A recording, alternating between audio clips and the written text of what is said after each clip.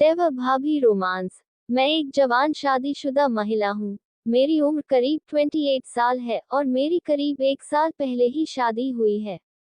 लेकिन पति विदेश में चला गया, जिसके बाद मैं अपने देवर के नजदीक आ गई। सर्दी के मौसम में देवर ने पति की कमी को पूरा किया।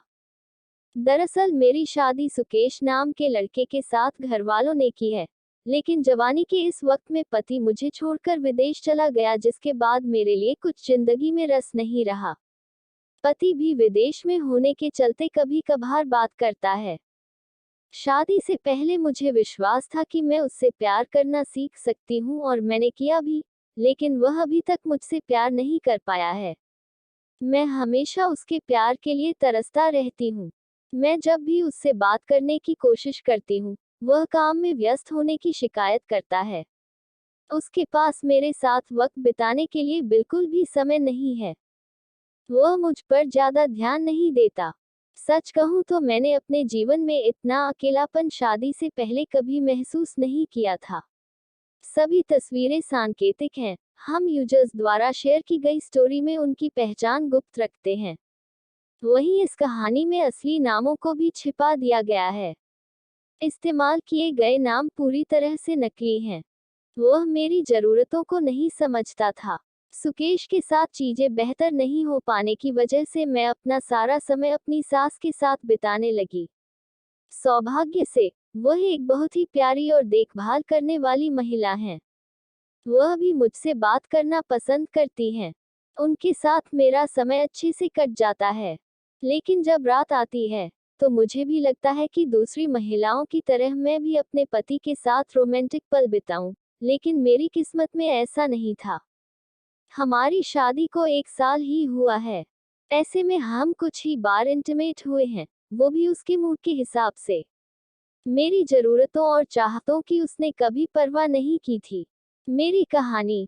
मैं 45 साल की हूँ। मेरे 10 साल छोटे लड़के से संबंध है, क्योंकि मेरे पति मेरी जरूरतों को नहीं समझते। ऋषभ को देखकर मुझे अजीब महसूस हुआ। मैं अपनी शादी में बहुत ही कमजोर महसूस कर ही रही थी कि इस बीच विशाल का छोटा भाई ऋषभ न्यूजीलैंड से अपनी नौकरी छोड़कर भारत वापस आ गया। मैं उससे पहली बार मिल रही थी। मैंने उसे शादी में नहीं देखा था। ऐसा इसलिए क्योंकि उसे उस समय वापस आने के लिए वीजा नहीं मिला था। ऐसे में जब वह वापस आया तो मैं उसे देखकर पूरी तरह दंग रह गई। ऐसा इसलिए क्योंकि ऋषभ देखने में बहुत ही हैंडसम है। उसके पास न केवल अच्छी खासी हाइट है, बल्कि उसकी आवाज भी बहुत ही अद्भुत है। उसके साथ बातचीत करने के बाद मेरे दिमाग में जो पहला विचार आया वह ये कि वो लड़की कितनी भाग्यशाली होगी, जिसे अपने पति के रूप में ऋषभ मिलेगा। ऐसा इसलिए भी क्योंकि उसका नेचर बहुत ही कमाल का था। वह न केवल सबकी देखभाल करता था, बल्कि उसकी इस अदा पर मैं भी उस पर मरने लगी थी। मेरी कहानी। मैं अपने पति से तंग आ चुकी हूँ। मैंने उसे कई बार रंगे हाथों पकड़ा है। मैंने डेटिंग ऐप पर नकली प्रोफाइल बनाई। ऋषभ इतना हैंडसम था कि मेरा ध्यान उस पर से हट ही नहीं रहा था। मैं नहीं जानती कि मुझे क्या हो रहा है, लेकिन धीरे धीरे मैं उसके प्यार में पड़ गई। ये सब मेरे साथ इसलिए भी हो रहा था क्योंकि मेरा पति मुझ पर बिल्कुल भी ध्यान नहीं देता था। मैंने ऋषभ के साथ नजदीकियां बढ़ानी शुरू कर दी थी। मैंने उसे हर दिन खाना देना शुरू किया। मैंने उससे न्यूजीलैंड में उसके जीवन के बारे में बात करना भी शुरू किया। इसी बीच एक दिन मैंने उसे डेटिंग ऐप पर लड़कियों की जांच करते देखा। वह चुपके से लड़कियों की प्रोफाइल चेक कर रहा था। मैं नहीं जानती कि मुझे एकदम से क्या हुआ, लेकिन उसी रात मैंने उसी डेटिंग ऐप को डाउनलोड किया, जिसका इस्तेमाल ऋषभ करता था, और अपनी एक नकली प्रोफाइल बनाई। मैंने सूर्यास्त की ओर फेस करते हुए अपनी एक बहुत ही सुंदर तस्वीर लगाई ताकि वह मेरा चेहरा न देख सके। यही नहीं, जैसे ही मैंने एक दिलचस्प बायो ऐड किया, वह मुझसे कनेक्ट हो गया। हम दोनों आपस में बहुत सारी बातें करने लगे। वह मुझ पर ज्यादा ध्यान नहीं देता। सच कहूँ तो मैंने अपने जीवन में इतना अकेलापन शादी से पहले कभी महसूस नहीं किया था। सभी तस्वीरें सांकेतिक हैं। हम यूजर्स द्वारा शेयर की गई स्टोरी में उनकी पहचान गुप्त रखते हैं। वहीं इस कहानी में असली नामों को भी छिपा दिया गया है। इस्तेमाल किए गए नाम पूरी तरह से नकली हैं। वह मेरी जरूरतों को नहीं समझता था।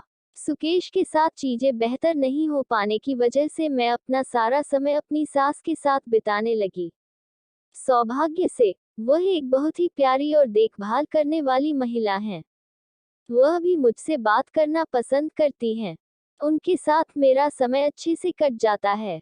लेकिन जब रात आती है तो मुझे भी लगता है कि दूसरी महिलाओं की तरह मैं भी अपने पति के साथ रोमांटिक पल बिताऊं, लेकिन मेरी किस्मत में ऐसा नहीं था। हमारी शादी को 1 साल ही हुआ है। ऐसे में हम कुछ ही बार इंटीमेट हुए हैं, वो भी उसके मूड के हिसाब से। मेरी जरूरतों और चाहतों की उसने कभी परवाह नहीं की थी। ऋषभ को देखकर मुझे अजीब महसूस हुआ।